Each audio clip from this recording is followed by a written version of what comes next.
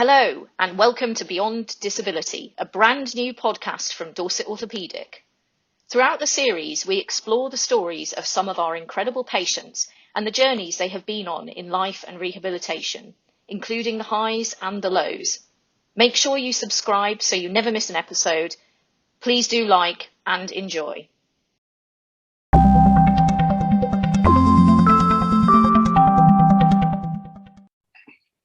Hello, I'm Alex Brooker and welcome to a brand new episode of the Beyond Disability podcast by Dorset Ortho. I'm joined today by, I guess you don't needs no introduction, three-time Paralympic women's wheelchair basketball star for Great Britain, Amy Conroy. Amy, how are you? Thanks for joining us. You left off my main achievement, which was 5th place award-winning Come Dine With Me participant. Yep. I did. That's its own podcast. Even like Chris, and he's blind.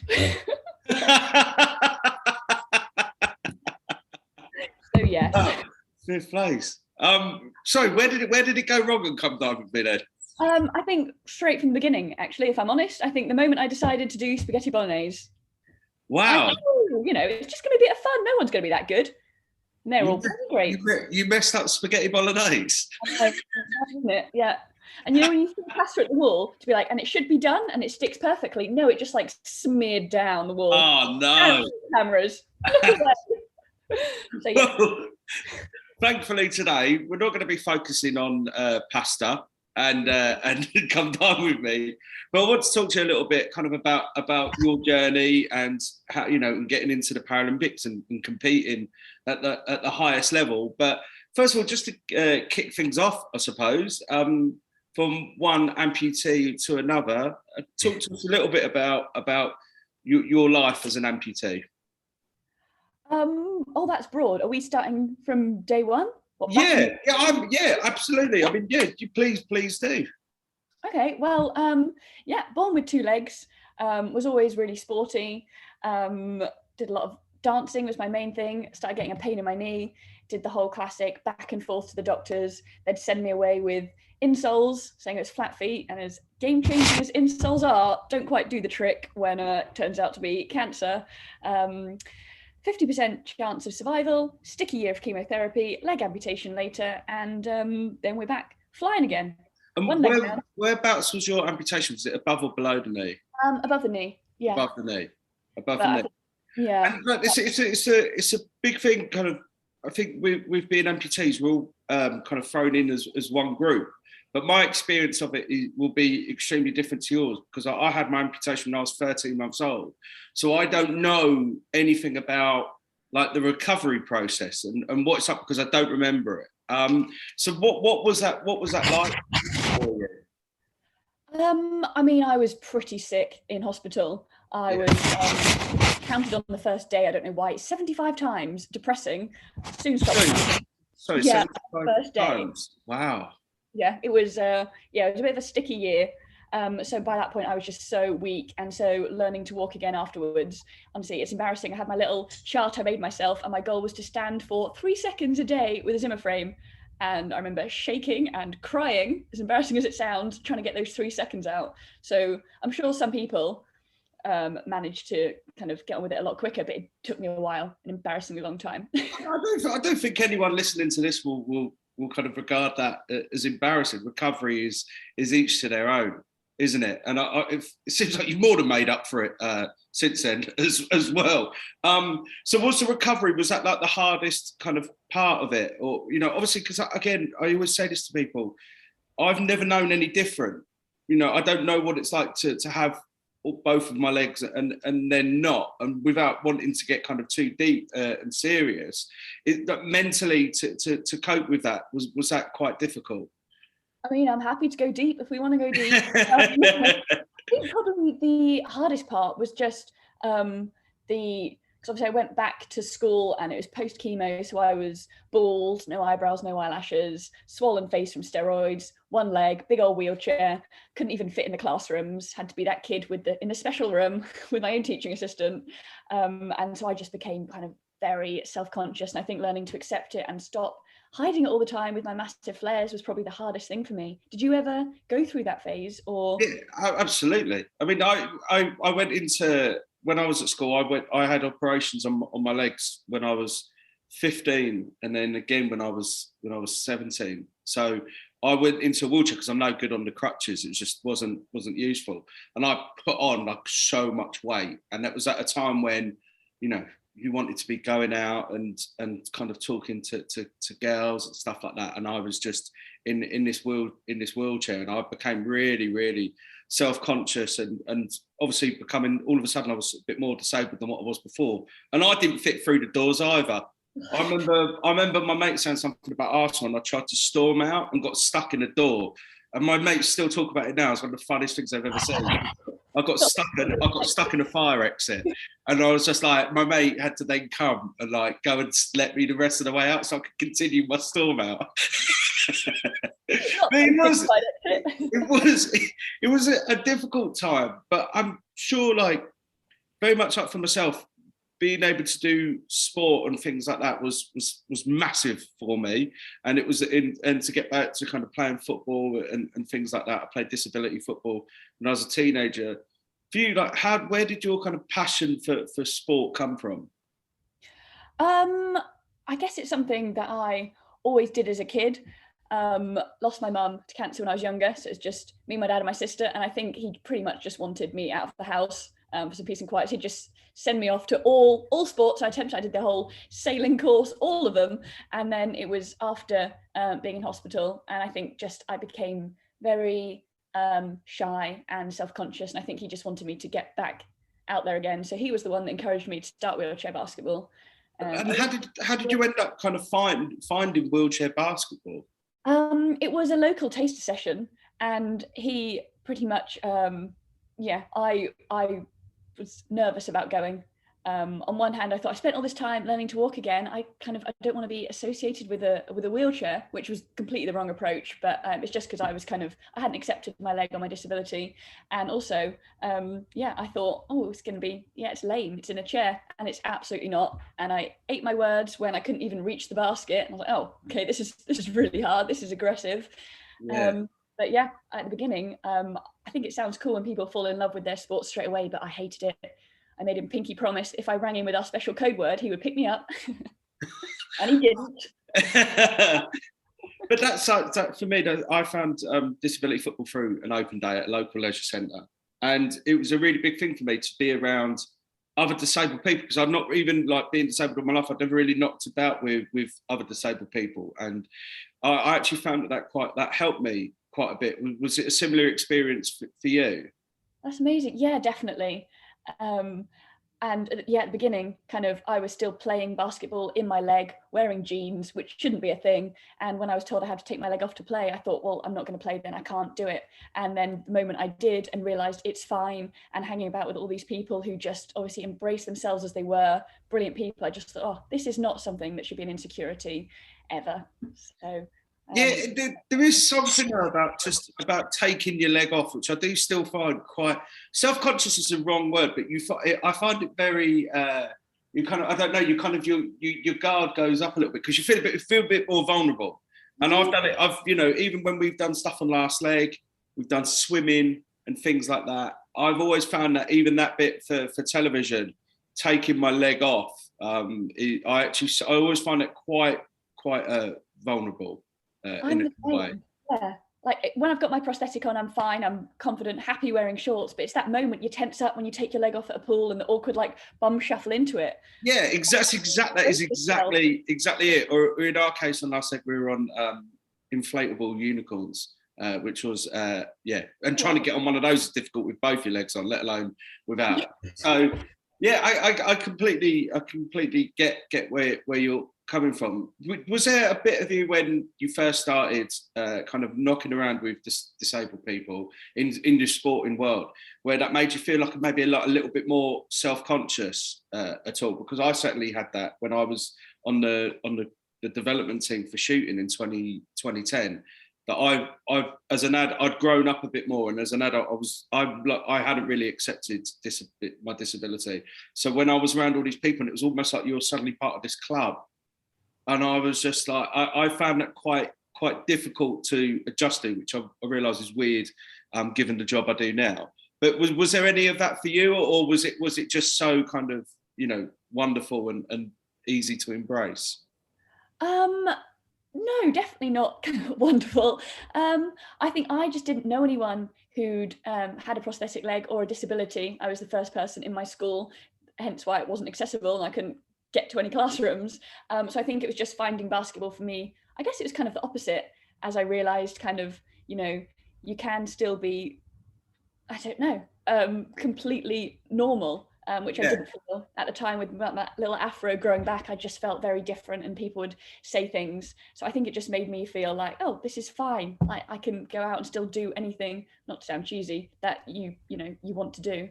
Yeah, I sometimes think when you're disabled, it gets ramped up a little bit, like that because you're self-conscious. But everyone is like, I've got pals who've got like all my pals who've got like all of their limbs. There's still things that they're self-conscious of. Like one of my mates has had a hair transplant. Actually, a couple of them have had a hair transplant, and they're like really self-conscious about that's their thing. And I feel sometimes that's kind of regarded as completely normalised. But when you're disabled, I'm a little bit self-conscious about this thing.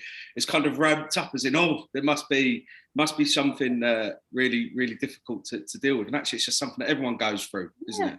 100%. And once you remember everyone is self-conscious about something, an insecurity, and if you looked at someone else, you'd have no idea. Everyone's holding on to that, but no one cares about what anyone else is doing, really. So don't let that lift you or hold you back at all.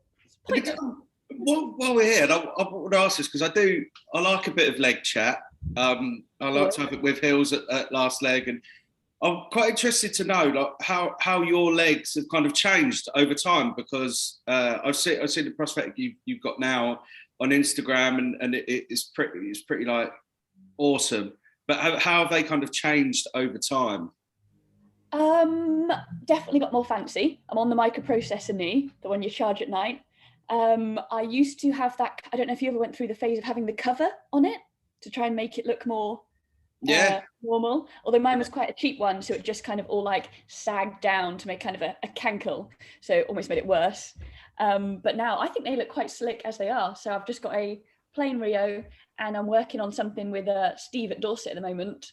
I hope it'll be a fancy design, one to promote my Tinder profile. Something the boys want. I see that. So with the charging it up, is it a thing like when you go away? It's kind of, because I know it's horrible when you don't forget, like when you don't have your phone charger with you. So with your leg charger, I suppose it's quite a vital thing that you've got to remember to bring everywhere. Or do you just have loads of them? I don't, which I probably should. But it starts annoying, not even the good vibrating, like annoying vibrating and beeping all the time, reminding you.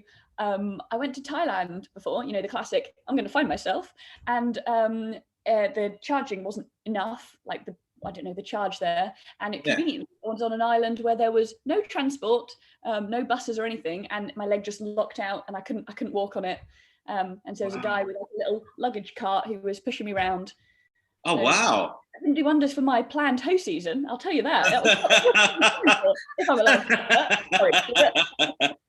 Also, I don't know about you, but I find beaches and prosthetic legs do not mix. I can't stand the beach. No, I want to love it, but also there's nothing Baywatchy, is there, about the bum shuffling or the hopping, the frantic hopping down. No, and like they say about sand gets everywhere. You get sand in your leg. It's in there. I've just come back from Mexico, and I'm still finding bits of it, and it's a nightmare. It's a nightmare. Yeah, it is. Yes. What was it for you that changed into your kind of like fully embracing your leg? Like, did you ever go through the tragic dating scene of kind of? Yeah, I mean, gosh, I remember I went to an all boys school, so like I wasn't around girls that much, but I remember going to uni and being really shy. And I remember like my first girlfriend that I got, I remember we'd been together like 2 weeks and I'd never taken my leg off. I'd never taken my leg off in front of a woman before. And that was a really big thing. Oh. And I'm sure as you're aware, I try and like to people who are listening who don't have prosthetic legs, if you leave a leg on, it's kind of similar if you just left the shoe and a sock on for the whole time. Like you got to let your skin breathe. And I kind of had it on. I remember I had it I'd had it on for like kind of, I was still changing the socks, but it was like 5 or 6 days, and it was just, I just was like, look, I've got to sleep without it on. It was a really big thing for me. She couldn't have cared less. But it was like, that was like a really big thing for me. And, you know, I mean, you know, I joke about it, but there were times at university, I remember waking up and after a night out and not knowing where I was or who the girl was or where my leg was. And I remember, trying to, like, the panic. Like I always say to people, if you know fear is waking up and not knowing where your leg is. Oh, yeah. I always said to people, it was behind the curtain. I remember seeing the foot, and how that leg got there is the better version of the story, but I'll never know. Ooh. I'll never know. And next level, like throwing your finger at I don't know how it got there, but I remember trying to find it. So I was kind of went through this weird journey. It was obviously now as I got older, after that kind of first time, I got a bit better with it. And as time's gone on, I've got a bit better. And I think that doing the job I do now, like, I'm sure there'll be people who just think when I went into Last Leg, like I was already like how I am now, like really confident, ready to joke about it and stuff like that. And the truth is, I never had really. I didn't really know what I was doing on the show. The very first series, don't really know what I'm doing in the current series sometimes, but I wasn't like, it's weird because people talk like I've had therapy when I had therapy after I quit the shooting team. I had therapy then for 10 weeks and I do it now regularly. But like that kind of period before I went on Last Leg, that was like I'd never been around disabled people. Like Hills is the first person I've really spoken to with a leg that was similar to mine. I remember doing a pilot with him for the show, and I was only there because they wanted me as a stand-in, so he had someone to interview, to practice, and I pretended to be David Williams. So this was the idea, is that I was a stand-in as if I was David Williams, and he was asking me questions. And I remember before it, just asking him about his leg. I go, no, how's yours work then? And he was showing me, like, he's got like a funny little door where his goes in. It doesn't go over the top like most legs. And I was like fascinated by it. And then the producer was watching and they went, when we do it, have that chat on the sofa. So I did a bit as myself and then I had to go back to doing David Williams. But again, that's the first time I'd ever really spoken to anyone about having another leg. And like, that's how the show that's how I started on the show. I was brought on just to have those chats. And obviously it's opened up a completely new career, but it's actually helped me.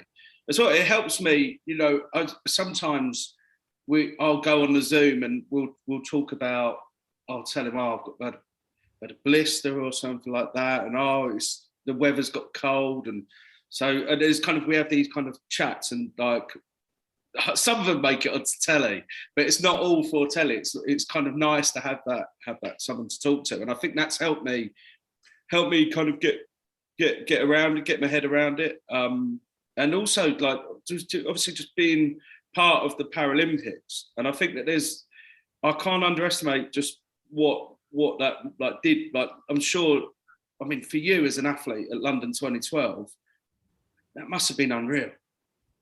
It was, yeah. I was kind of very new to the wheelchair basketball world, so everything was just exciting and incredible.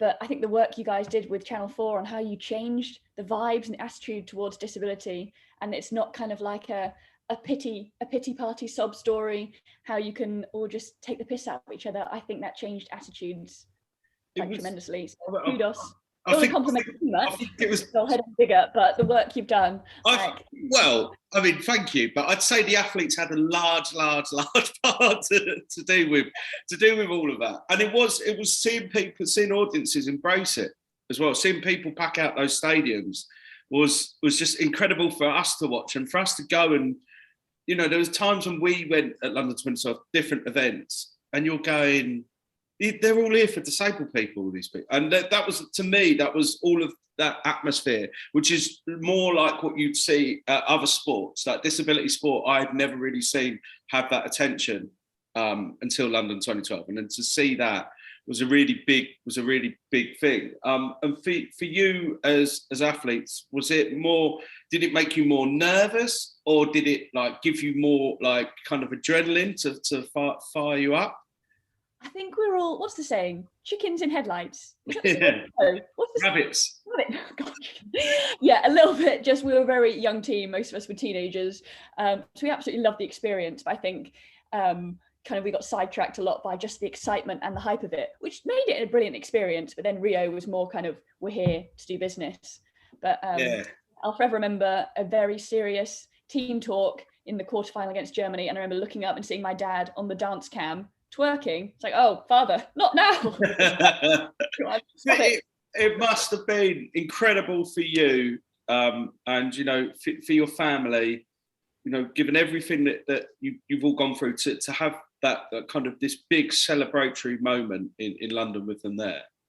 Oh, incredible. Because I think with sport, it's your friends and family who are there with you the whole journey. Like back when I couldn't afford a basketball court, it was after, like, my dad was working all day, rebounding all my misses, cleaning the dog poo off my wheels on the outdoor court. Like, he was there from day one all the way through. So it is all about kind of family as well. So having him there, oh, magic.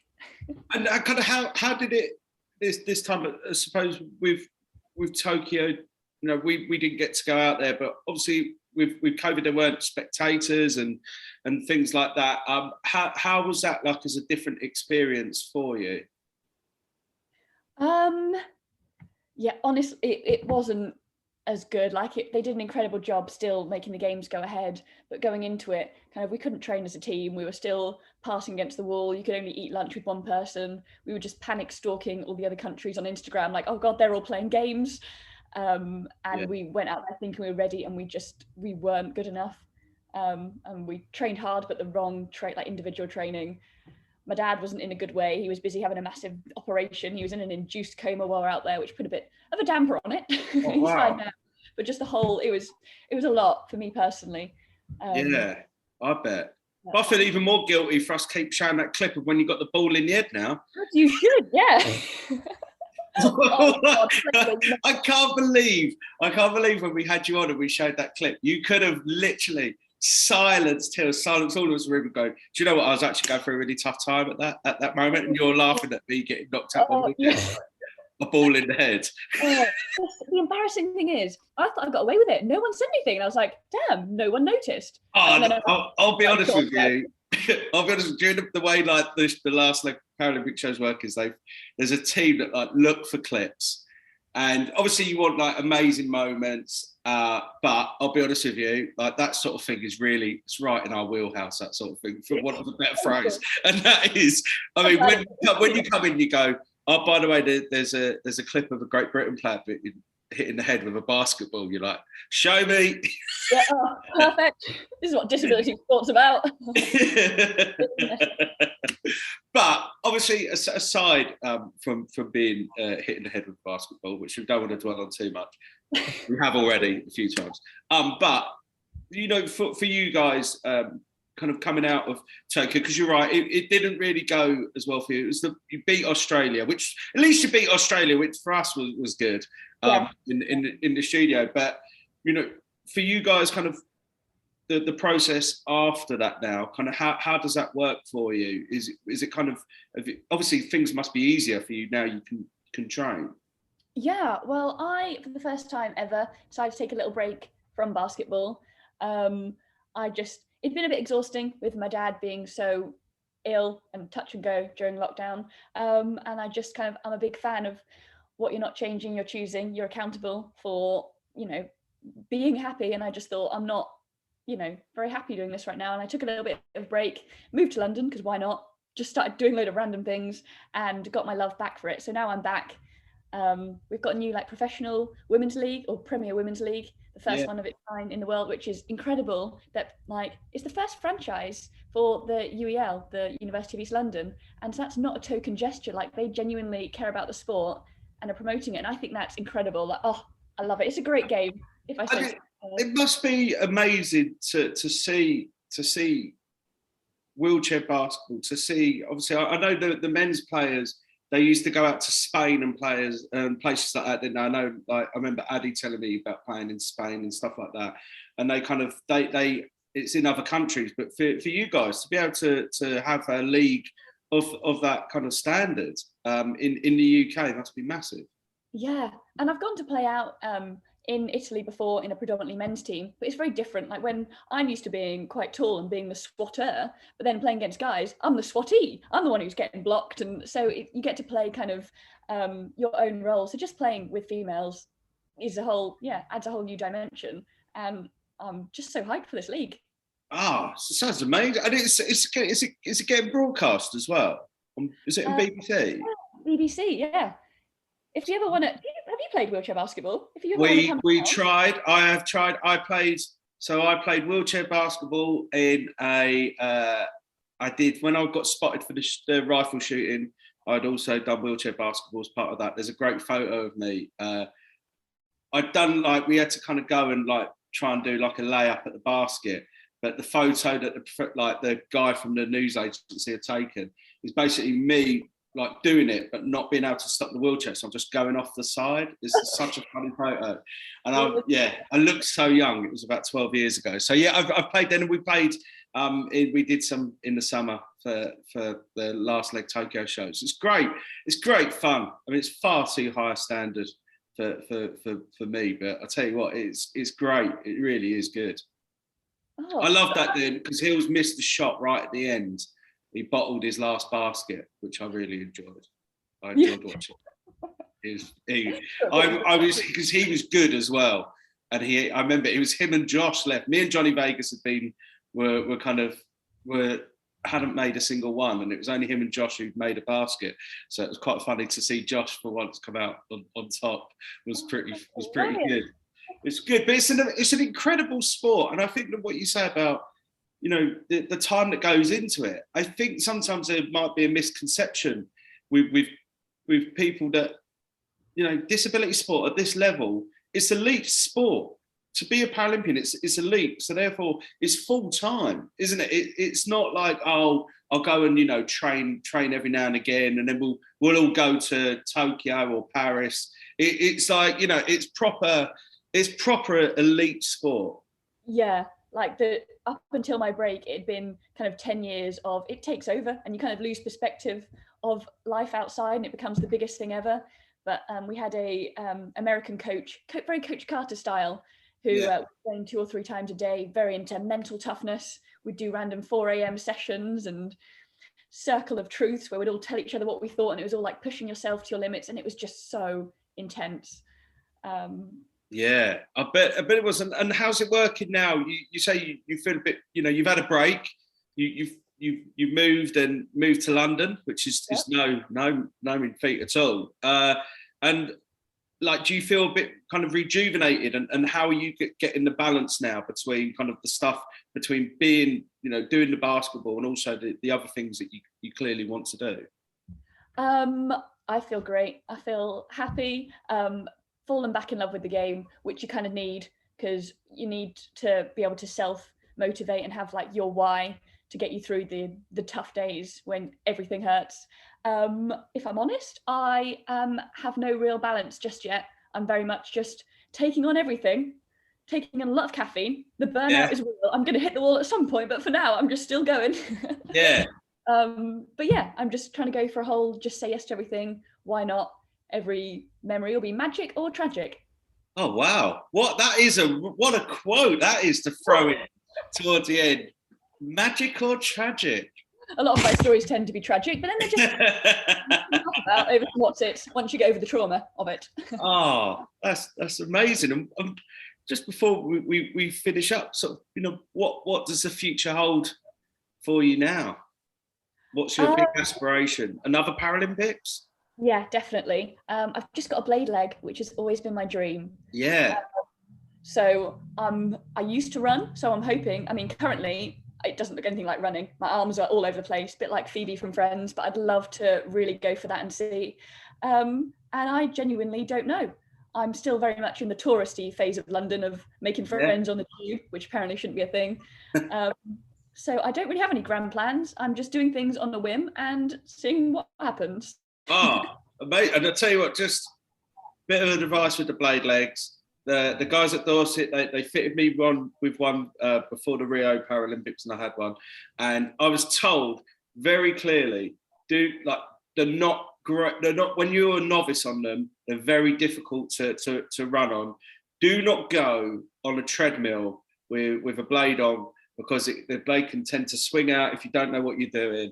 I went on the treadmill because I said to my mates, I reckon this is the fastest I could ever go on this leg. And road running, I didn't really enjoy it, even though I was told that's what I should stick to in track. So I went on the blade on the treadmill, and I think the fastest I've ever been able to run a full out sprint on a treadmill was something, it's still really, so it was like 12 or something like that. And I remember getting up to level like 17 or 18, I was pounding it. And honestly, I literally, the blade went out and caught the side, and I nearly went flying. I just held on. I held on and jumped up and kind of got my legs over the side of this treadmill. And yeah, I learnt my lesson. I was told by many people, I was told by Johnny Peacock himself, do not take it on the treadmill straight away. And I was like, no, I won't. And then I did. Amazing. When you get the itch, you got to scratch it, even if you know inevitably it's going to be a flop. Yeah.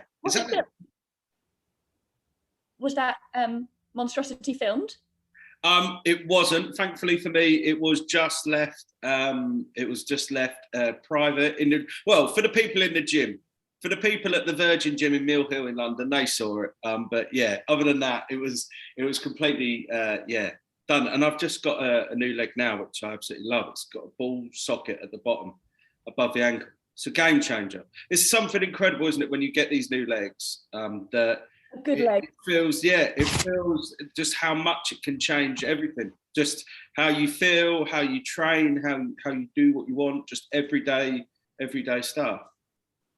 Completely. Dorset have saved my butt with that. It's the kind of thing you forget you have one leg most of the time until it goes wrong, or you have one that's not great, and then it just affects everything. So you've got to plan all your moves. Like last night, I was going out with someone that I really fancy, and I tore a bit in my liner, so air was just coming in. At every step, it was making fart noises. Oh wow! I'm trying to gaffer tape it up before I went, but this is not ideal. It's the kind of thing where then you're very aware you've got one leg, and it's not ideal. So, yeah, I hope you did say to him though, by the way, this is my leg. You didn't just leave it unsaid, did you? I was going to, and then I mentioned it, and I was like, well, yeah, no, I think from their point of view, I think there'll be more understanding if you go, by the way, this is my leg, as opposed to the idea that you're just letting one go every few seconds. And I'll get busted like, yeah, right. Leg. Nice try, lady. I don't know whether to end on a story about fart noises coming from your leg or something slightly more positive. Actually, no, I will. Would you say that the legs that you've got at the moment, would you say they're your favourite legs that you've ever had? Absolutely. And I'm so excited. I'm currently working on a full suction socket, and I've heard amazing things about what Dorset can do. So I'm yet to get my first socket, but I can't wait. I feel like it's just quality of life is gonna be flying. All the dates, all the boyfriends, most importantly. Yeah. Wow. That's it. That's what they should just get that as an advertisement for it. Get a picture of the leg, you smiling, all the dates, all the boyfriends. Perfect. Yes. Around London, Mook, I can't sure what he's called, who's trying to get dates, and he's put himself on billboards, and he's kind of lying there trying to find himself. Maybe I should do that, but then use my leg. Like, look how beautiful it is. There you go. Well, Amy, it's been an absolute pleasure to chat to you and chat to another amputee and just catch up. I know we showed the clip at the last leg, but we absolutely love you, and you're welcome back anytime. So thank you for today. It's been brilliant. Cheers.